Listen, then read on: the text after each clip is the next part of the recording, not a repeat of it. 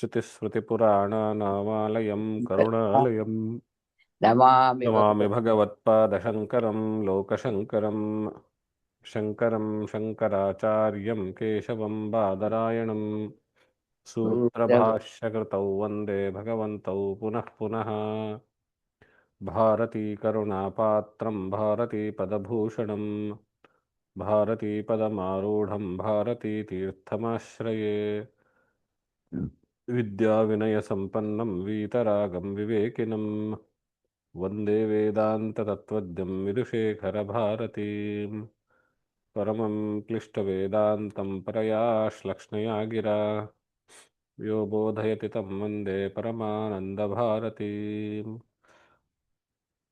जन्माद्यस्य यतोऽन्वयादितरतश्चार्थेष्वभिद्यस्वराट् तेने ब्रह्महृदाय आदिकवये मुह्यन्ते यत्सूरयः तेजो वारिमृदां यथा विनिमयो यत्र त्रिसर्गो मृषा धाम्ना स्वेन सदा निरस्तकुहकं सत्यं परं धीमहि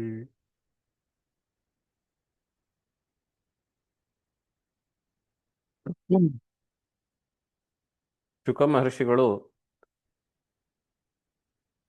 ದಿತಿ ದೇವಿಯ ಸಂತಾನಗಳನ್ನು ಹೇಳ್ತಾ ಹೇಳ್ತಾ ಹಿರಣ್ಯಾಕ್ಷ ಹಿರಣ್ಯಕಶಿಪು ಅವ್ರ ಮಕ್ಕಳು ಅವ್ರ ಮಕ್ಕಳು ಎಲ್ಲ ಹೇಳ್ತಾ ಹೇಳ್ತಾ ಕೊನೆಗೆ ದಿತಿ ದೇವಿಗೆ 49 ಜನ ಮರುತ್ ಗಣಗಳಾದರು. ಅವರು ಮುಂದೆ ದೇವತೆಗಳ ಸಮಾನ ಸ್ಥಾನವನ್ನು ಪಡೆದುಕೊಂಡ್ರು, ಇಂದ್ರನ ತಮ್ಮನ ಹಾಗಾದರು ಅನ್ನೋ ರೀತಿಯಲ್ಲಿ ಮಾತು ಹೇಳ್ತಾರೆ. ಅದನ್ನು ಕೇಳಿದ ತಕ್ಷಣ ಪರೀಕ್ಷಿತ್ ಮಹಾರಾಜನು ಆಶ್ಚರ್ಯಗೊಂಡು, ಅದೇನು ದೈತ್ಯ ಕುಲದಲ್ಲಿ ಹುಟ್ಟಿ ಇಂದ್ರನ ಅನುಚರರಾಗೋದು, ದೇವತೆಗಳಿಗೆ ಸಮಾನ ಸ್ಥಾನ ಪಡೆದುಕೊಳ್ಳೋದು, ಇದೊಂಥರ ವಿಚಿತ್ರವಾಗಿದೆಯಲ್ಲ, ಇದೇನು ಅದ್ರ ಬಗ್ಗೆ ಹೇಳಬೇಕು ಅಂತ ಕೇಳಿದಾಗ ಶುಕ ಮಹರ್ಷಿಗಳು ಕಥೆಯನ್ನು ಮುಂದುವರಿಸ್ತಾರೆ. ಹಿರಣ್ಯಾಕ್ಷ ಹಿರಣ್ಯಕಶಿಪು ಇವರುಗಳ ಸಂಹಾರವಾದ ನಂತರದ ಸಮಯ. ದಿತಿದೇವಿ ಬಹಳ ಸಿಟ್ಟಿನಿಂದ ಮತ್ತು ಶೋಕದಿಂದ ಇವರನ್ನ, ಈ ಇಂದ್ರನನ್ನ ಸಂಹಾರ ಮಾಡುವಂತಹ ಸಂತಾನವನ್ನು ಪಡೆದುಕೊಳ್ಬೇಕು ಅನ್ನುವಂತಹ ಸಂಕಲ್ಪ ಮಾಡಿ ಆ ಸಂಕಲ್ಪವನ್ನ ಈಡೇರಿಸಿಕೊಳ್ಳೋದಕ್ಕೆ ಪತಿ ಸೇವೆಯೇ ಒಂದು ಸಾಧನವಾಗಿ ಅವಳು ಸ್ವೀಕರಿಸ್ತಾಳೆ. ತ್ವಷ್ಟಬ್ರಹ್ಮಣು ಆಭಿಚಾರಿಕ ಯಜ್ಞವನ್ನ ಸಾಧನವಾಗಿ ಸ್ವೀಕರಿಸಿದಂತೆ ದಿತಿದೇವಿ ಪತಿ ಸೇವೆ ಎನ್ನುವಂತಹ ಯಜ್ಞವನ್ನ ಸಾಧನವಾಗಿ ಸ್ವೀಕರಿಸ್ತಾರೆ. ಅದರ ಮೂಲಕವಾಗಿ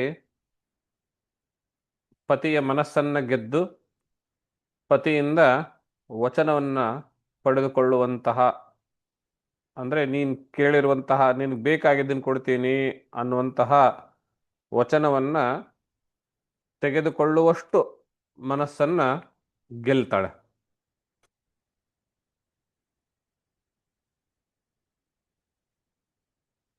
ವರಂ ವರಯವ ಮೂರು ಪ್ರೀತಸ್ತೇಹಮನಿಂದಿತೆ ಸ್ತ್ರೀಣಾಂ ಭರ್ತರಿ ಸುಪ್ರೀತೆ ಕಃ ಕಾಮ ಇಹ ಚಾಗಮಃ. ಕಶ್ಯಪರು ಹೇಳ್ತಾರೆ, ಹೇ ವಾಮೂರು, ವಾಮೂರು ಅಂದರೆ ಎಡತೊಡೆಯ ಮೇಲೆ ಕುಳಿತುಕೊಳ್ಳುವ ಅಧಿಕಾರವುಳ್ಳವಳೆ, ಅಂದರೆ ಪತ್ನಿ ಅಂತ ಅರ್ಥ. ನಿನಗೆ ಬೇಕಾಗಿರುವಂತಹ ವರ ಕೇಳಿದ್ಕೊಳ್ಳೋ, ನಾನು ಪ್ರೀತಹಾತೆ, ನಿನ್ನ ಈ ಸೇವೆಯಿಂದ ಪ್ರೀತನಾಗಿದ್ದೇನೆ. ಸ್ತ್ರೀಯರಿಗೆ ವರ ಕೊಡಬೇಕು ಅಂತ ಯಾವಾಗ ಭಗವಂತನಿಗೆ ವಾಸುದೇವನಿಗೆ ಮನಸ್ಸಾಗುತ್ತೋ ಆವಾಗ ಅವನು ಪತಿಯ ರೂಪದಲ್ಲಿ ಅಥವಾ ಪತಿಯ ಶರೀರದ ಒಳಗಡೆ ಪ್ರವೇಶ ಮಾಡಿ ಅವನ ಅಂತಃಕರಣದಲ್ಲಿ ನಿಯಮನ ಮಾಡ್ತಾ ಇರ್ತಾನೋ ಆ ಸ್ವರೂಪದಲ್ಲಿ ಬಂದು ವರ ಕೊಡ್ತಾನೆ ಅನ್ನುವಂತಹ ಮಾತು. ಆದ್ದರಿಂದ ಪತಿರೇವನಾರೀಣಾಂ ದೈವತಂ ಪರಮಂ ಸ್ಮೃತಂ. ಆದ್ದರಿಂದ ವರವನ್ನ ಕೇಳಿಕೋ, ನಿಂಗೇನು ಬೇಕು ಅನ್ನುವಂತಹ ಮಾತನ್ನು ಹೇಳಿದಾಗ ದಿತಿದೇವಿ ಹೇಳ್ತಾಳೆ, ವರದೋ ಯದಿ ಮೇ ಬ್ರಹ್ಮನ್ ಪುತ್ರಮಿಂದ್ರಹಣಂ ವ್ರಣೆ ಅಮೃತ್ಯುಂ ಮೃತಪುತ್ರಾಹಂ ಏನ ಮೇ ಘಾತಿತೌ ಸುತೌ. ಹೇ ಬ್ರಹ್ಮನ್, ವರದೋ ಯದಿ, ನೀವು ವರ ಕೊಡಬೇಕು ಅನ್ನುವಂತಹದ್ದು ನಿಶ್ಚಿತವಾದರೆ, ನನ್ನ ಈ ಸೇವೆಯಿಂದ ತೃಪ್ತರಾದರೆ, ಇಂದ್ರ ಇಂದ್ರ ಹಣಂ ಪುತ್ರಂ ವೃಣೆ, ಇಂದ್ರನನ್ನು ಹನನ ಮಾಡುವ ಪುತ್ರನನ್ನು ಕೇಳಿಕೊಳ್ಳುತ್ತೇನೆ ಅಂತ. ಇಲ್ಲಿ ನೋಡಿ, ತ್ವಷ್ಟರನಿಗೂ ಇದೇ ಬೇಕಾಗಿತ್ತು, ಇವಳಿಗೂ ದಿತಿಗೂ ಇದೇ ಬೇಕಾಗಿತ್ತು. ತ್ವಷ್ಟರನು ಇದನ್ನು ಪಡ್ಕೊಳ್ಬೇಕು ಅಂತ ಹೇಳಿದ್ರೆ ಅವನು ಯಜ್ಞಯಾಗಾದಿಗಳು ಮಾಡಬೇಕು. ಯಜ್ಞಯಾಗಾದಿಗಳು ಮಾಡಬೇಕು ಅಂದ್ರೆ ಖರ್ಚು ಜಾಸ್ತಿ, ಶ್ರಮ ಜಾಸ್ತಿ. ಅಷ್ಟೆಲ್ಲ ಖರ್ಚು ವಹಿಸಿ ಶ್ರಮ ವಹಿಸಿ ಮಾಡಿದ್ರೂ ಸ್ವಲ್ಪ ಪರಪಾಟಾಗಿ, ಸ್ವಲ್ಪ ಅಜಾಗರೂಕತೆಯಿಂದ ಸ್ವರ ಉಚ್ಚಾರಣೆ, ಅಕ್ಷರವೂ ಅಲ್ಲ, ಹ್ರಸ್ವದೀರ್ಘವೂ ಅಲ್ಲ, ಸ್ವರ ಉಚ್ಚಾರಣೆಯಲ್ಲಿ ಒಂದು ಸ್ವಲ್ಪ ವ್ಯತ್ಯಾಸ ಆಯಿತು, ಪಾಪ ಅವನಿಗೆ ಅರ್ಥನೇ ಉಲ್ಟಾಗೋಯ್ತು.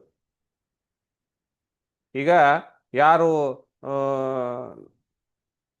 ವೇದ ಬೇಕು, ಯಾಕೆ ಸ್ತ್ರೀಯರಿಗೆ ವೇದ ಅಧಿಕಾರ ಇಲ್ಲ, ಯಜ್ಞ ಯಾಗಾದಿಗಳು ನಾವು ಮಾಡ್ತೇವೆ ಅನ್ನುವಂಥ ಒಂದು ಭಾವನೆ ಇರುತ್ತಲ್ಲ, ಅವರಿಗೆ ಸ್ವರೋಚ್ಚಾರಣೆ ವ್ಯತ್ಯಾಸ ಆದರೆ ಅದರದ್ದು ಫಲ ವಿಪರೀತವಾಗಿ ಬರುತ್ತೆ ಅನ್ನುವಂತಹ ಭಯನೇ ಇಲ್ಲ ಅವರಿಗೆ.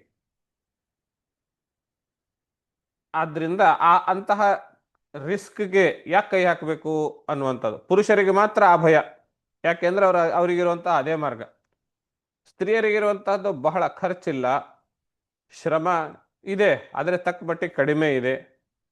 ಅಂತಹದ್ರಲ್ಲೇನೆ ನಾವು ಭಕ್ತಿಯೊಂದೇನೆ ಪ್ರಧಾನವಾಗಿಟ್ಟುಕೊಂಡು, ಭಕ್ತಿಯೇ ಮೂಲಧನವಾಗಿಟ್ಟುಕೊಂಡು ಪತಿ ಸೇವೆಯನ್ನು ಮಾಡುವುದರ ಮೂಲಕ ಇವಳು ಸರಳವಾಗಿ ಆಡು ಭಾಷೆನಲ್ಲಿ ಕೇಳಿಬಿಟ್ಲು. ತನಗೆ ಯಾವ ಭಾಷೆ ಬರುತ್ತೋ ಆ ಭಾಷೆನಲ್ಲಿ, ಆವಾಗೆಲ್ಲ ಸಂಸ್ಕೃತದಲ್ಲೇ ಮಾತಾಡೋರು, ಸಂಸ್ಕೃತದಲ್ಲೇ ಕೇಳಿದ್ರು. ಪುತ್ರಂ ಇಂದ್ರಹಣಂ, ಇಂದ್ರಹಣಂ ಪುತ್ರಂ, ಇಂದ್ರನನ್ನು ಕೊಲ್ಲುವಂತಹ ಪುತ್ರ. ಹಾಗಾಗಿ ನಾವು ಆಡು ಭಾಷೆಯಲ್ಲಿ ಕೇಳುವಾಗ ಅಲ್ಲಿ ಸ್ವರ ವ್ಯತ್ಯಾಸ ಆಯಿತೋ, ಅರ್ಥ ವ್ಯತ್ಯಾಸ ಆಯಿತೋ ಅಂತಹ ರಿಸ್ಕ್ ಯಾವುದೂ ಇಲ್ಲ. ಸ್ಪಷ್ಟವಾಗಿ ತನ್ನ ಮನಸ್ಸಿನಲ್ಲಿ ಏನಿದೆ ಅದನ್ನು ಹೇಳಿದ್ಲು. ಆವಾಗ ಅಮೃತ್ಯುಂ ಮೃತಂ ಪುತ್ರಾಹಂ ಏನ ಮೇಘಾತಿತೌ ಸುತೌ, ನನ್ನ ಇಬ್ಬರೂ ಮಕ್ಕಳು ಹಿರಣ್ಯಾಕ್ಷ ಹಿರಣ್ಯಕಶಿಪು ಅವರಿಬ್ಬರು ಮರಣವಾದ ಮೇಲೆ ನನಗೆ ಇವಾಗ ಯಾರು ಸಂತಾನ ಅಂತ ಯಾರೂ ಇಲ್ಲ, ಪುತ್ರರು ಅಂತ ಯಾರೂ ಇಲ್ಲ. ಆದ್ರಿಂದ ನನಗೆ ಆ ಇಂದ್ರನನ್ನು ಕೊಲ್ಲುವಂತಹ ಪುತ್ರ ಅನ್ನುವಂಥದ್ದು ಬೇಕು ಅಂತ ಕೇಳಿದಾಗ, ಆವಾಗ ಕಶ್ಯಪ ಮಹರ್ಷಿಗೆ, ಕಶ್ಯಪ ಬ್ರಹ್ಮನಿಗೆ ಅರಿವಾಯ್ತು, ಸಿಕ್ಕಾಕೊಂಡಲ್ಲ ನಾನು ಅಂತ. ಅನುನಯದ ಮಾತಿನಿಂದ, ಸೇವೆಯಿಂದ ಮನಸ್ಸನ್ನ ಪ್ರೀತಗೊಳಿಸಿ ವಶಗೊಳಿಸಿ ಇಂಥದ್ದನ್ನ ಕೇಳಿಬಿಟ್ಲಲ್ಲ. ಈಗ ನೋಡಿ, ಇಂದ್ರ ಯಾರು? ಇನ್ನೊಬ್ಬ ಪತ್ನಿಯ ಮಗ. ಈಗ ಹಿರಣ್ಯಾಕ್ಷ ಹಿರಣ್ಯಕಶಿಪು ಮರಣ ಆದಿದ್ದ ಯಾತಕ್ಕೆ? ಅಣ್ಣ ತಮ್ಮಂದ್ರ ಜಗಳದಿಂದ ಅಲ್ಲ, ಅವರು ಭಗವಂತನನ್ನೇ ದ್ವೇಷ ಮಾಡಿದ್ದು, ಆದ್ರಿಂದ ಅವರು ಮರಣವನ್ನು ಹೊಂದಿದ್ದು. ಆದ್ರೆ ಪಾಪ ದಿತಿ ತಾಯಿ, ನನ್ನ ಮಕ್ಕಳು ಏನ್ ಮಾಡಿದ್ರು, ಎಲ್ಲ ತಾಯಿ ಅಂದ್ರೆ ತರ ಯಾರು ಏನ್ ಮಾಡಿದ್ರು ನನ್ನ ಮಕ್ಕಳದೇನು ತಪ್ಪಿಲ್ಲ, ಅವ್ರದೇ ತಪ್ಪು ಅನ್ನೋ ಹಾಗೆ ಇಂದ್ರನದ್ದೇ ತಪ್ಪು ಅನ್ನೋದು ಅವಳ ಮನಸ್ಸಿನಲ್ಲಿ. ಆದ್ರೆ ಕಶ್ಯಪ ಬ್ರಹ್ಮನಿಗೆ ಗೊತ್ತು, ಈ ಹಿರಣ್ಯಾಕ್ಷ ಹಿರಣ್ಯಕಶಿಪುಗಳು ಭಗವಂತನಾದ ವಿಷ್ಣುವಿನ ಜೊತೆಗೇನೆ ದ್ವೇಷ ಕಟ್ಟಿಕೊಂಡು ಅದರಿಂದ ಅವರು ಹತರಾದ್ರು ಅನ್ನೋದು.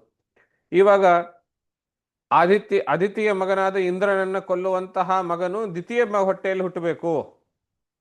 ಇದೆಂತ ಅವನಿಗೆ ಧರ್ಮ ಸಂಕಟ. ಏನ್ ಮಾಡ್ಬೇಕು, ಮೋಸ ಹೋಗ್ಬಿಟ್ನಲ್ಲ, ಸಿಕ್ಕಾಕೊಂಡ್ಬಿಟ್ನಲ್ಲ ಅನ್ನುವಂತ ಭಾವನೆ ಅವರಿಗೆ ಬಂತು. ಪರಿಶ್ರುತಂ ದದಾಮೀತಿ, ಮುಂಚೆನೆ ಕೊಡ್ತೀನಿ ಅಂತ ಅವರ ಮಾತು ಹೇಳಿಬಿಟ್ಟಿದ್ದಾರೆ. ಅದಕ್ಕೆ ಪ್ರತಿಶ್ರುತಂ ದದಾಮೀತಿ ವಚಸ್ತನ್ನಮೃಷಾ ಭವೇತ್ ವಧಂ ನಾರ್ಹತಿ ಚೇಂದ್ರೋಪಿ ತತ್ರೇದಮುಪಕಲ್ಪಯೇ. ನಾನು ಕೊಟ್ಟಂತಹ ಮಾತು ತಪ್ಪಬಾರ್ದು, ಇಂದ್ರನೂ ಸಾಯಬಾರ್ದು, ಅಂಥದ್ದೇನಾದರೂ ಮಾಡಬೇಕು ಅಂತ ಅವ್ರು ಯೋಚನೆ ಮಾಡಿದ್ರು. ಇತಿ ಸಂಚಿತ್ಯ ಭಗವಾನ್ ಮಾರೀಚ ಕುರುನಂದನಃ ಉವಾಚ ಕಿಂಚಿತ್ ಕುಪಿತ ಆತ್ಮಾನಂಚ ವಿಗರ್ಹಯನ್.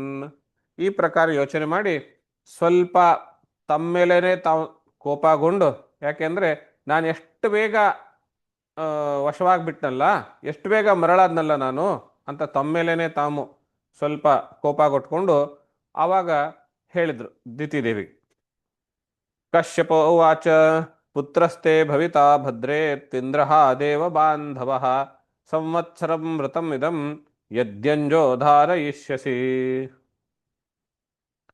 ಪುತ್ರಸ್ತೆ ಭವಿತಾ ಭದ್ರೇ, ಹೇ ಭದ್ರೇ, ನಿನಗೆ ಪುತ್ರನು ಹುಟ್ಟುತ್ತಾನೆ. ಎಂಥದ್ದು? ಇಂದ್ರಃ, ಇಂದ್ರನನ್ನು ಕೊಲ್ಲುವಂತಹ ಪುತ್ರನು ಹುಟ್ಟುತ್ತಾನೆ. ದೇವ ಬಾಂಧವ, ನಿನ್ನ ಬಂಧುಗಳಾದ ದೇವತೆಗಳು ಅಂದರೆ ಅಣ್ಣತಮ್ಮಂದರಾದ ದೇವತೆಗಳ ಒಡೆಯನಾದ ಇಂದ್ರನನ್ನು ಕೊಲ್ಲುವಂತಹ ಮಗನೇ ಹುಟ್ಟುತ್ತಾನೆ. ಯಾವಾಗ? ಯದಿ, ಒಂದು ವೇಳೆ ಈ ವೃತವನ್ನು ಸಂವತ್ಸರಂ ವೃತಮಿದಂ, ಈ ವೃತವನ್ನು 1 ವರ್ಷದವರೆಗೆ ತಾವು ಧಾರಣೆ ಮಾಡಿದ್ದೇ ಆದರೆ. ಇದು 18ನೇ ಅಧ್ಯಾಯದ 45ನೇ ಶ್ಲೋಕದಲ್ಲಿ ಇದ್ದೇವೆ ನಾವಿವಾಗ. ಪುತ್ರಸ್ತೆ ಭವಿತಾ ಭದ್ರೇ ತೀಂದ್ರಃ ದೇವ ಬಾಂಧವಃ ಸಂವತ್ಸರಂ ವೃತಮಿದಂ. ನಾನು ಹೇಳುವಂತಹ ಈ ವೃತವನ್ನು 1 ಸಂವತ್ಸರದವರೆಗೆ ನೀನು ಧಾರಣ ಮಾಡಿದ್ದೇ ಆದರೆ ಆವಾಗ ಇಂದ್ರನನ್ನು ಕೊಲ್ಲುವಂತಹ ಒಂದು ಮಗ ಹುಟ್ಟುತ್ತಾನೆ ಅಂತ. ಇದರಲ್ಲಿ ಕಶ್ಯಪರ ಯೋಚನೆ ಏನು ಅಂತ ಹೇಳಿದ್ರೆ, ಈ ದೈತ್ಯರು ಸ್ವಭಾವತಃ ಚಂಚಲ ಮನಸ್ಸುಳ್ಳವರು. ಇವರು ವೃತ ದೀಕ್ಷೆಯಲ್ಲಿ ಬಹಳ ಕಾಲ ಇರಲಾರರು. ಇವರು ಸ್ವೇಚ್ಛಾಚಾರವನ್ನು ಬಯಸುವಂಥವ್ರು, ಯಾವುದೇ ನಿಯಮಕ್ಕೆ ಒಳಪಡದೇ ಇರುವಂತಹ ಸ್ವಭಾವ ಉಳ್ಳವರು. ಅಂಥವರಿಗೆ ಬಹಳ ಕಠಿಣ ಸಾಧ್ಯವಾದ ನಿಯಮಗಳನ್ನು ಹೇರಿ ಅದರ ದೀಕ್ಷಾ ಸಮಯ 1 ವರ್ಷಗಳ ಕಾಲ ಮಾಡಿದರು. ಅಂದರೆ ಅವರಿಗೆ ಖಾತ್ರಿ ಇದೆ, 1 ವರ್ಷದಲ್ಲಿ ಯಾವತ್ತಾದರೂ ಒಂದು ದಿವಸ ಈ ನಿಯಮಕ್ಕೆ ಭಂಗ ಬಂದೇ ಬರುತ್ತೆ. ಆದ್ರಿಂದ ಆ ಇಂದ್ರನನ್ನು ಕೊಲ್ಲುವಂತಹ ಮಗ ಅನ್ನುವಂಥದ್ದು ಹುಟ್ಟೋದಕ್ಕೆ ಸಾಧ್ಯ ಇಲ್ಲ ಅನ್ನೋದು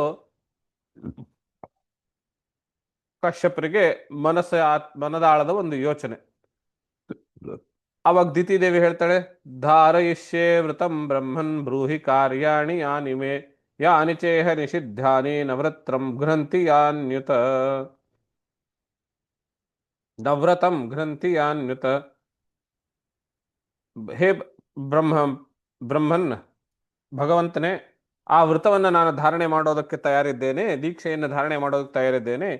ನಾನು ಏನೇನು ಮಾಡಬೇಕೋ ಏನೇನು ಮಾಡಬಾರ್ದೋ ಅದನ್ನು ಹೇಳುವಂಥವ್ರಾಗ್ರಿ. 1 ವರ್ಷದವರೆಗೆ ನಾನು ಈ ವೃತವನ್ನು ಭಂಗ ಮಾಡದಂತೆ ನಡೆದುಕೊಳ್ತೇನೆ ಅನ್ನುವಂಥದ್ದಕ್ಕೆ ಅವಳು ತಯಾರಾಗ್ತಾಳೆ. ಈಗ ಕಶ್ಯಪರು ಅದರ ನಿಯಮಗಳನ್ನು ಹೇಳ್ಕೊಂಡು ಹೋಗ್ತಾರೆ. ಈ ನಿಯಮಗಳು ಕಶ್ಯಪರು ದಿತಿದೇವಿಗೆ ಒಂದು ನಿರ್ದಿಷ್ಟ ಉದ್ದೇಶಕ್ಕಾಗಿ, ನಿರ್ದಿಷ್ಟ ಉದ್ದೇಶ ಏನು? ಇಂದ್ರನನ್ನು ಕೊಲ್ಲುವಂತಹ ಸಾಮರ್ಥ್ಯವುಳ್ಳ ಪುತ್ರನನ್ನು ಪಡೆಯುವುದಕ್ಕಾಗಿ ಹೇಳಿದ್ರೂ ಸರ್ವೇ ಸಾಮಾನ್ಯ ಗೃಹಿಣಿ ಧರ್ಮ ಈ ನಿಯಮದಲ್ಲಿ ಬರುತ್ತೆ. ಒಬ್ಬ ಗೃಹಿಣಿ ಅಂತಾದರೆ, ಗೃಹಿಣಿ ಅಂತ ಯಾವಾಗ ಹಾಕ್ತೀವಿ? ಮದುವೆ ಆದಮೇಲೆ. ಆದರೆ ಅವರಿಗೆ ಈ ಎಲ್ಲ ನಿಯಮಗಳು ಅನ್ವಯ ಆಗ್ತವೆ.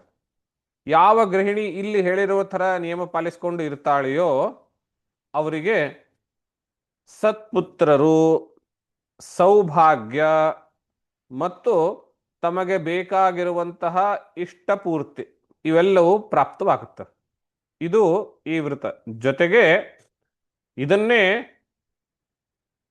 ಗರ್ಭಿಣಿ ಕಾಲದಲ್ಲಿ ಗರ್ಭ ಧರಿಸಿದ ತಕ್ಷಣದಿಂದಲೇನೆ ಈ ವೃತ ಪ್ರಾರಂಭ ಮಾಡಿದ್ದಾದರೆ ಖಂಡಿತವಾಗಿಯೂ ಪುತ್ರ ಸಂತಾನವಾಗುತ್ತೆ ಅನ್ನುವಂತಹ ಫಲವನ್ನು ಇದಕ್ಕೆ ಹೇಳ್ತಾರೆ. ಈ ವೃತಕ್ಕೆ ಪುಂಸವನ ಅನ್ನುವಂತಹ ವೃತದ ಹೆಸರು. ಷೋಡಶ ಸಂಸ್ಕಾರಗಳಲ್ಲಿ ಪುಂಸವನ ಅನ್ನುವಂತಹ ಒಂದು ಸಂಸ್ಕಾರವೂ ಬರುತ್ತೆ.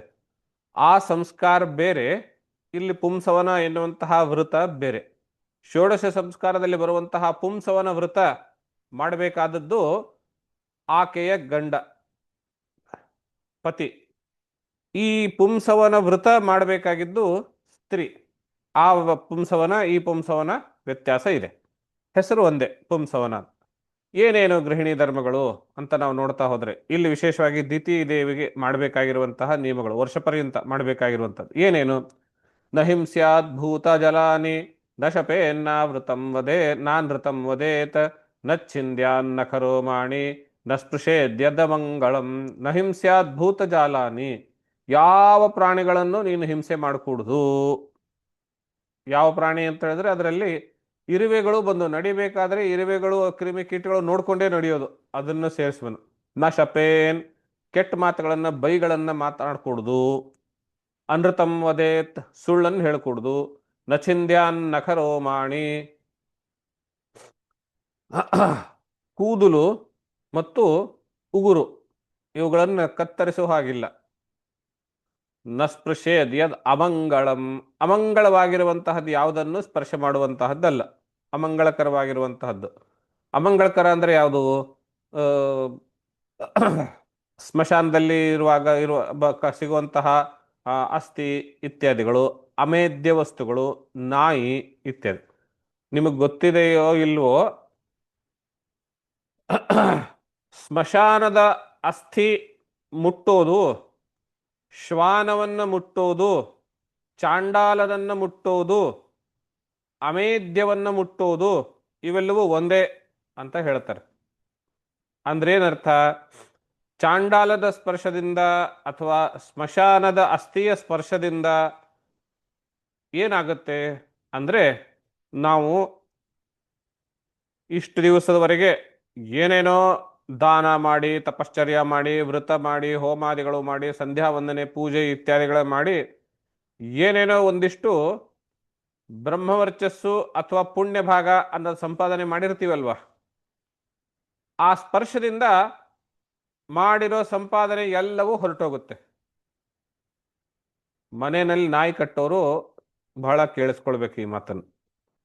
ಆ ಸ್ಪರ್ಶ, ಶ್ವಾನ ಸ್ಪರ್ಶದಿಂದ ಮಾಡಿರೋ ಪುಣ್ಯ ಸಂಪಾದನೆ ಎಲ್ಲವೂ ಹೊರಟೋಗುತ್ತೆ. ಒಂದು ಬಾರಿ ಮುಟ್ಟಿದ್ರೆ ಸಾಕು. ಇದೆಲ್ಲವೂ ಅಮಂಗಳಕರವಾದದ್ದು. ಅವು ಯಾವುದನ್ನು ಮುಟ್ಟೋ ಹಾಗಿಲ್ಲ. ನಾಪ್ಸು ಸ್ನಾಯಾನ್, ನೀರಲ್ಲಿ ಮುಳುಗಿ ಸ್ನಾನ ಮಾಡೋ ಹಾಗಿಲ್ಲ. ಅಂದ್ರೆ ಪಾತ್ರೆಯಲ್ಲಿ ನೀರು ತೆಗೆದುಕೊಂಡು ಅದರಿಂದಲೇನೆ ಸ್ನಾನ ಮಾಡೋದು. ಕುಪ್ಪೇತನ, ಕೋಪ ಬರೋ ಹಾಗಿಲ್ಲ, ಸಿಟ್ಟಿಗೆ ಬರೋ ಹಾಗಿಲ್ಲ. ನ ಸಂಭಾಷೇತ ದುರ್ಜನೈಹಿ, ದುರ್ಜನರ ಜೊತೆಗೆ ಮಾತನಾಡೋದಿಲ್ಲ. ನ ವಸೀತಾಧೌತ ವಸಸ್ರಜಂ, ನ ಚ ವಿದ್ಯತಾಂ ನ ವಿಧೃತಾಂ ಕ್ವಚಿತ. ಒಗೆಯದೇ ಇರುವಂತಹ ಅಂದ್ರೆ ತೊಳೆದೇ ಇರುವಂತಹ ಬಟ್ಟೆಗಳನ್ನ, ಅಂದ್ರೆ ನಿನ್ನೆ ಹಾಕಿ ಉಟ್ಕೊಂಡಿರುವಂತಹ ಬಟ್ಟೆಯನ್ನ ತೊಳೆದು ಬಿಟ್ಟು ಒಣಗ ಹಾಕಿ ಆಮೇಲೆ ಒಣಗಿದ್ಮೇಲೆ ಆ ಬಟ್ಟೆ ಉಟ್ಕೊಳ್ಳೋದು. ಜೊತೆಗೆ ಅದು ತೊಳೆಯದೇ ಇರುವ ಬಟ್ಟೆ ಉಟ್ಕೊಳ್ಳೋದಿಲ್ಲ, ಅಂದ್ರೆ ಧೌತ ವಸ್ತ್ರನೇ ಉಟ್ಕೊಳ್ಬೇಕು. ಜೊತೆಗೆ ಒದ್ದೆ ಬಟ್ಟೆ ಉಟ್ಕೊಳ್ಳೋ ಹಾಗಿಲ್ಲ, ಅದೂ ಇಲ್ಲ. ನೋಚ್ಚಿಷ್ಠಂ ಚಂಡಿಕಾನ್ ನಸಾಮಿಷಂ ವೃಷಲಾಹೃತಂ, ಉಚ್ಚಿಷ್ಠ ತಿನ್ನೋ ಹಾಗಿಲ್ಲ, ಎಂಜಲು. ಸಾಧಾರಣವಾಗಿ ಮನೆಯಲ್ಲಿ ನಾವೇನ್ ಮಾಡ್ತೀವಿ, ಚಿಕ್ಕ ಮಕ್ಕಳು ಎಲ್ಲ ಊಟ ಮಾಡಿದ್ದಿದ್ರೆ ಅಯ್ಯ ಅದನ್ನೆಲ್ಲಿ ಕೆಡಿಸೋದು ಬೇಡ ಅಂತ ಹೇಳಿ, ಚೆಲ್ಲೋದು ಬೇಡ ಅಂತ ಹೇಳ್ಬಿಟ್ಟು ಪಾಪ ತಾಯಿ ಆದಂಥವಳು ಮಗುವಿನದ್ದು ಎಲ್ಲ ತೆಗೆದುಕೊಂಡು ಊಟ ಮಾಡ್ತಾಳೆ. ಅದು ತಾಯಿಯ ಕರುಣಾಮಯ ಹೃದಯ, ಮಮತಾ ವಾತ್ಸಲ್ಯ ಅದು ಹೌದು. ಆದರೆ ಈ ವೃತ್ತದಲ್ಲಿರುವಾಗ ಎಂಜಲನ್ನು ಸ್ವೀಕಾರ ಮಾಡೋ ಹಾಗಿಲ್ಲ. ಚಂಡಿಕಾನ್ನಂ, ಚಂಡಿಕಾನ್ನ ಅಂತ ಹೇಳಿದ್ರೆ ಈ ಮಾರಮ್ಮ, ಎಲ್ಲಮ್ಮ ಅನ್ನುವಂತಹ ಗ್ರಾಮ ದೇವತೆಗಳು ಬಿಟ್ಟು ಕ್ಷುದ್ರ ದೇವತೆಗಳು ಅಂತ ಏನಿರ್ತಾರೆ ಅವರುಗಳಿಗೆ ನೈವೇದ್ಯ ಮಾಡಿರುವಂತಹ ಅನ್ನವನ್ನ, ಅಂದ್ರೆ ನೈವೇದ್ಯ ಸಾಧಾರಣವಾಗಿ ನಾವು ದೇವತೆಗಳ ನೈವೇದ್ಯ ಮಾಡಿದ್ರೆ ಪ್ರಸಾದ ಅಂತೇಳಿ ಸ್ವೀಕರಿಸ್ತೀವಿ ತಾನೆ. ಆದ್ರೆ ಈ ಮಾರಿಕಾಂಬ ಇತ್ಯಾದಿ ಚಂಡಿಕಾ ದೇವಿಗಳಿಗೆ ಕೊಟ್ಟಿರುವಂತಹ ಅನ್ನ, ನೈವೇದ್ಯ ಮಾಡಿರುವಂತಹ ಅನ್ನ, ಅದನ್ನ ಊಟ ಮಾಡೋ ಹಾಗಿಲ್ಲ. ಸಾಮಿಷಂ, ಮಾಂಸಾಹಾರ ಇಲ್ಲ. ಭುಂಜೀತೋದಕ್ಕೆಯ ದೃಷ್ಟಂ ಪಿಬೇನ್ನಾಂಜಲಿನಾ ತ್ವಪಃ.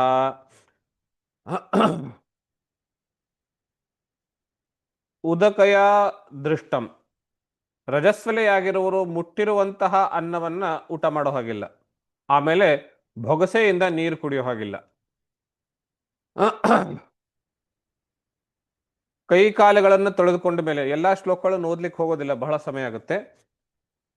ಕೈಕಾಲುಗಳ ತೊಳೆದುಕೊಂಡ ಮೇಲೆ ಅದನ್ನ ಒಂದು ಒಣ ಬಟ್ಟೆಯಿಂದ ಒರೆಸಿಕೊಳ್ಳದೇನೆ ಹಸಿ ಕಾಲಿನಿಂದಲೇನೆ ಹಾಗೆ ಹೋಗಿ ಮಲ್ಕೊಳ್ಳೋ ಹಾಗಿಲ್ಲ.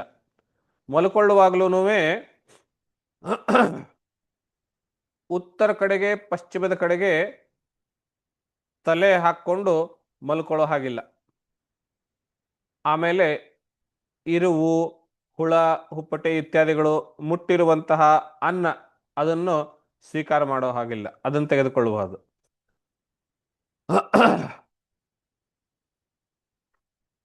ಸಂಧ್ಯಾ ಕಾಲದಲ್ಲಿ ಮಲ್ಕೊಳ್ಳೋ ಹಾಗಿಲ್ಲ, ನಗ್ನವಾಗಿ ಮಲ್ಕೊಳ್ಳೋ ಹಾಗಿಲ್ಲ.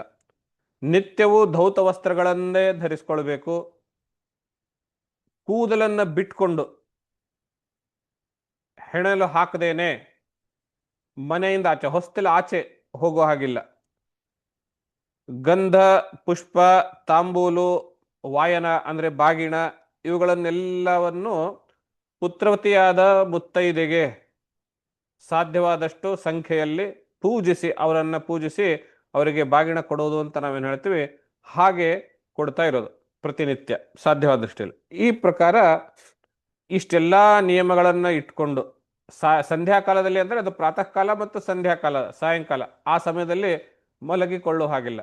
ಪ್ರಾತಃ ಕಾಲ ಎದ್ದ ತಕ್ಷಣದಲ್ಲಿ ಹಲ್ಲುಜ್ಜೋದು ಇತ್ಯಾದಿಗಳನ್ನು ಮಾಡದೇನೆ ಏನು ತಿನ್ನೋ ಹಾಗಿಲ್ಲ, ಕುಡಿಯೋ ಹಾಗಿಲ್ಲ. ಹಾಗೇನೆ ಸಾಯಂಕಾಲದಲ್ಲಿಯೂ ಮುಖಕ್ಷಾಲನ ಇತ್ಯಾದಿಗಳನ್ನು ಮಾಡದೇನೆ ಸಾಯಂಕಾಲದ ಭೋಜನ ಇತ್ಯಾದಿಗಳು ಮಾಡೋ ಹಾಗಿಲ್ಲ, ಹಾಗೆ ಇರುವಂತಹದ್ದು. ಇಷ್ಟೆಲ್ಲ ನಿಯಮಗಳು ಒಂದು ಕಾಲದಲ್ಲಿ ಈಗ ನೀವು ಗಮನಿಸಿದ್ರೆ ನೀವು ಅನ್ನಿಸ್ಬೋದು, ಸ್ವಲ್ಪ ವಯಸ್ಸಾದವರಿಗೆ ಅನ್ನಿಸ್ಬೋದು, ಅಯ್ಯೋ ಇದೆಲ್ಲ ನಾವು ನಿತ್ಯ ಮಾಡೋದೇ ಬಿಡಿ, ನಮಗೆ ಗೊತ್ತಿರೋದೇ ಇದು ಅಂತ. ನೀವು ನಿಮ್ಮ ಜನರೇಷನ್ನಲ್ಲಿ ಇದು ಬಹಳ ಗೊತ್ತಿರೋದು, ಎಲ್ಲರ ಮನೆಯಲ್ಲಿ ಇದು ಮಾಡುವಂತಹ ಕೆಲಸಗಳೇ, ಹೊಸದೇನೂ ಅಲ್ಲ. ಆದರೆ ಇವತ್ತಿನ ಜನರೇಷನ್ನಲ್ಲಿ ಇವುದು ಎಲ್ಲವೂ ನಾವು ಒತ್ತುಕೊಟ್ಟು ಹೇಳಬೇಕಾಗಿರುವಂತಹ ಪರಿಸ್ಥಿತಿ ಬಂದಿದೆ. ಆದ್ರಿಂದ ಯಾರ್ಯಾರು ಇದನ್ನ ನೀವು ನಿಮ್ಮ ತಾಯಿ ಮನೆಯಲ್ಲಿ ನೋಡಿರ್ತೀರಿ, ಅಜ್ಜಿ ಮನೆಯಲ್ಲಿ ನೋಡಿರ್ತೀರಿ, ಅದೆಲ್ಲವನ್ನು ಇವತ್ತಿನ ತಲೆಮಾರಿನವರಿಗೆ ಹೇಳಿ ಹೇಳಿ ಕಲಿಸ್ಬೇಕಾಗಿರುವಂತಹ ಮಾತಿದು. ಹೊಸದು ಯಾವುದೂ ಇಲ್ಲ, ಎಲ್ರಿಗೂ ಮನೆ, ಪ್ರತಿಯೊಬ್ಬರ ಮನೆಯಲ್ಲೂ ಈ ಎಲ್ಲ ಕೆಲಸಗಳು ನಡೆಯುವಂತಹದ್ದೇ ಇದೆ ಗೃಹಿಣಿ ಆಗಿದ್ಮೇಲೆ. ಆದ್ರೆ ಇವತ್ತಿಗೆ ಅವನ್ನ ಹೇಳಿ ಕಲಿಸ್ಬೇಕಾಗಿದೆ.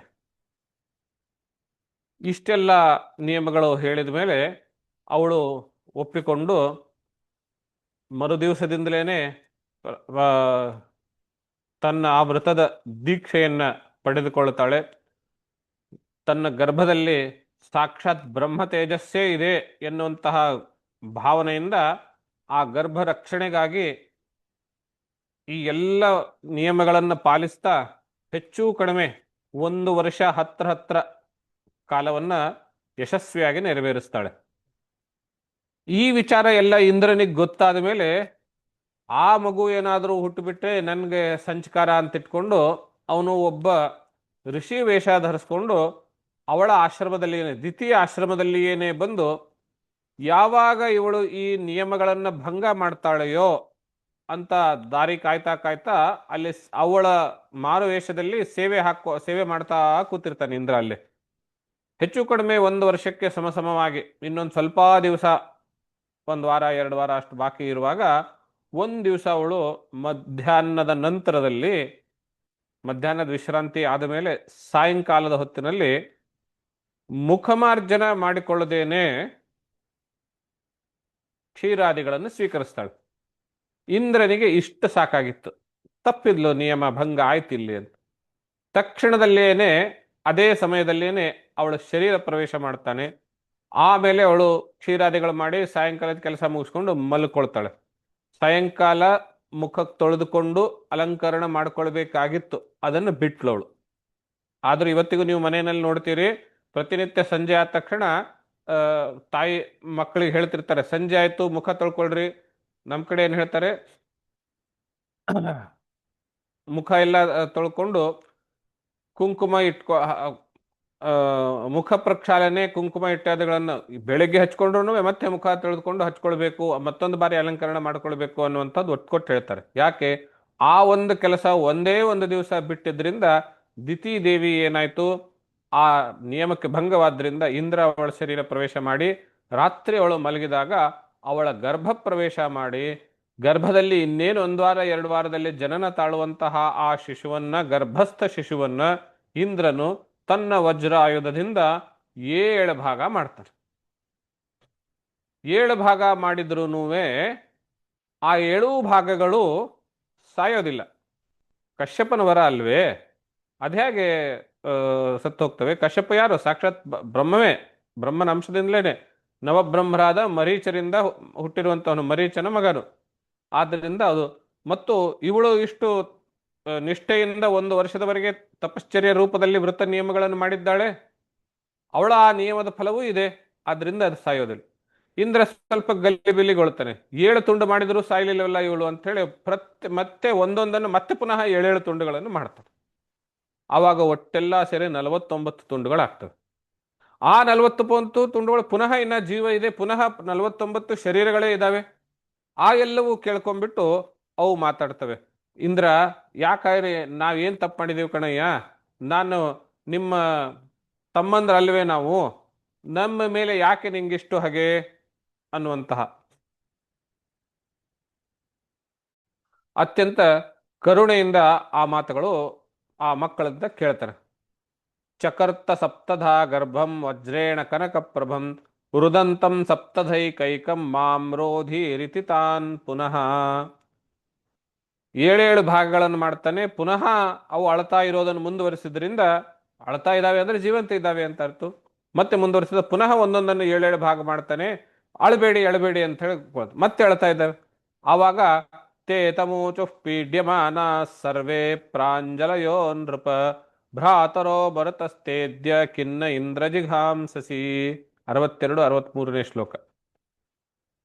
ಆ 49 ಶಿಶುಗಳು ಅಳತಾ ಅಳತಾ ಪ್ರಾಂಜಲಯೋ ನೃಪ, ಕೈ ಜೋಡಿಸಿಕೊಂಡು ಇಂದ್ರನಿಗೆ ಹೇಳ್ತವೆ, ಭ್ರಾತರೋ ಮರುತಸ್ತೆ, ನೀನು ನಿನ್ನ ತಮ್ಮಂದ್ರ ಕಣಯ್ಯ ನಾವು. ತೇ ಇಂದ್ರ, ಹೇ ಇಂದ್ರ, ನಾನು ನಿಮ್ಮ ತಮ್ಮಂದರಾಗಿದ್ದೇವೆ. ಖಿನ್ನ ಜಿಘಾಂಸಸಿ, ಯಾಕಯ್ಯ ನಮ್ಮನ್ನು ಕೊಲ್ಬೇಕು ಅಂತ ನಿಂಗೆ ಹಠ ಇದೆ ಅಂತ. ಈಗ ಅವನು ಭ್ರಾತರೋ ಅಂತ ಹೇಳಿದಾಗ, ನಾವು ನಿಮ್ಮ ತಮ್ಮಂದ್ರು ಅಂತ ಹೇಳಿದಾಗ ಇಂದ್ರನಿಗೆ ಕೊಲ್ಲೋದಕ್ಕೆ ಕಾರಣ ಇಲ್ಲ. ದ್ವೇಷ ಮಾಡಿ ನನ್ನನ್ನೇ ಕೊಲ್ಲಿಕ್ಕೆ ಬಂದಿದ್ದಾರೆ ಅಂದಾಗ ಅವಾಗ ಅವನು ಕೊಲ್ಲೋದಕ್ಕಿರ್ತಾನೆ. ಇವಾಗ ತಮ್ಮಂದ್ರು ಅಂತ ಅವರೇ ಒಪ್ಪಿಕೊಂಡಾದಾಗ ದ್ವೇಷ ಇಲ್ಲ ಅಂತ ಸ್ಪಷ್ಟವಾಯ್ತು, ಇವರಿಂದ ನನಗೇನು ಹಾನಿ ಇಲ್ಲ ಅನ್ನೋದು ಸ್ಪಷ್ಟವಾಯ್ತು. ಜೊತೆಗೆ ತಮ್ಮ ಅನ್ನೋ ಪದದಿಂದ ಇವರು ನನ್ನ ಅಧಿಕಾರವನ್ನು ಸ್ವೀಕರಿಸಿದ್ದಾರೆ ಅಂತಾಯ್ತು. ಇಷ್ಟನ್ನೆಲ್ಲ ಗಮನಿಸಿ ಅವನು ಇಂದ್ರ ಹೇಳ್ತಾನೆ, ಮಾ ಭೈಷ್ಟ ಭ್ರಾತರೋ ಮಹ್ಯಂ ಯೂಯಮಿತ್ಯಾಹ ಕೌಶಿಕಃ ಅನನ್ಯ ಭಾವಾನ್ ಪಾರ್ಷದಾನ್ ಆತ್ಮನೋ ಮರುತಾಂಗಣಾನ್. ಮಾ ಭೈಷ್ಟ, ಹೆದರಬೇಡಿ. ಅವ್ರು ಅಳ್ತಾ ಹೀಗೆ ಕೈ ಜೋಡಿಸ್ಕೊಂಡು ಹೇಳುವಾಗ ಇವ್ರಿಗೆ ಹೇಳ್ತಾನೆ, ಹೆದರಬೇಡಿ, ನೀವು ನನ್ನ ಮೇಲೆ ಇನ್ಮೇಲೆ ನೀವು ನನ್ನ ಭ್ರಾತರು. ಯೂಯಂ ಭ್ರಾತರೋ ಮಹ್ಯಂ, ನನಗೆ ತಮ್ಮಂದ್ರಾಗಬೇಕು ಇನ್ಮೇಲೆ ನೀವು. ಆದ್ರಿಂದ ಅನನ್ಯ ಭಾವಾನ್ ಪಾರ್ಷದಾತ್ಮನೋ, ಇನ್ಮೇಲೆ ನೀವು ಅನನ್ಯವಾಗಿರುವಂಥವ್ರು. ಆದ್ರಿಂದ ಈ 49 ಗಣಗಳಿಗೆ ಮರುತಾಂ ಗಣಾನ್, ತನ್ನ ತಮ್ಮಂದಿರಾಗಿ ಸ್ವೀಕರಿಸಿ ಅವರನ್ನ ದೇವತಾ ಸ್ಥಾನಕ್ಕೆ ಅಪ್ಗ್ರೇಡ್ ಮಾಡಿದ ಹಾಗಾಯ್ತು. ದೇವತಾ ಸ್ಥಾನದ ಒಂದು ಗೌರವ ಅವರಿಗೆ ಬರುವ ಹಾಗೆ ಮಾಡುವಂತಹದ್ದಾಯ್ತು ಇಂದ್ರನಿಂದ. ಶುಕನ ಪ್ರಶ್ನೆ ಏನಾಗಿತ್ತು? ದೈತ್ಯ ಕುಲದಲ್ಲಿ ಹುಟ್ಟಿದ್ರೂ ಇಂದ್ರನ ತಮ್ಮಂದ್ರೆ ಹೇಗಾದ್ರು ದೇವತಾ ಸ್ಥಾನ ಹೇಗೆ ಬಂತು ಅಂತ. ಹೇಗೆ ಬಂತು? ಹೀಗೆ ಬಂತು. ಅವ್ರು ಕೇಳಿರೋದ್ರು,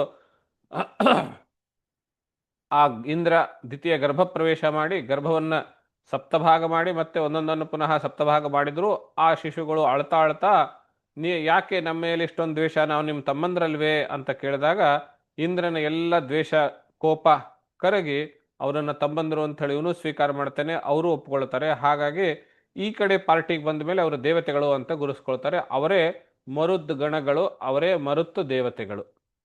ಇಷ್ಟೆಲ್ಲ ಆದ್ಮೇಲೆ ದಿತಿಗೆ ಎಚ್ಚರ ಆಗ್ತದೆ. ಎಚ್ಚರವಾದ್ಮೇಲೆ ನೋಡ್ತಾಳೆ ಅವಳು, 49 ಮಕ್ಕಳು ಇದ್ದಾರೆ ಮುಂದೆ, ಶಿಶುಗಳು. ಅವಳು ಗಾಬರಿ ಆಗ್ತಾಳೆ, ಇವರೆಲ್ಲ ಯಾರು, ಎಲ್ಲಿಂದ ಬಂದರು ಅಂತ ಹೇಳಿದಾಗ ಇಂದ್ರನು ಹೇಳ್ತಾನೆ, ಹೀಗೆ ನಡೆದಿದ್ದೆಲ್ಲ ಹೇಳ್ತಾನೆ, ನೀನು ದ್ವೇಷದಿಂದ ಈ ಗರ್ಭವನ್ನು ಧರಿಸಿದ್ದಿ, ಅದನ್ನು ಸಂಹಾರ ಮಾಡೋದಕ್ಕೆ ಅಂತ ನಾನು ಬಂದೆ.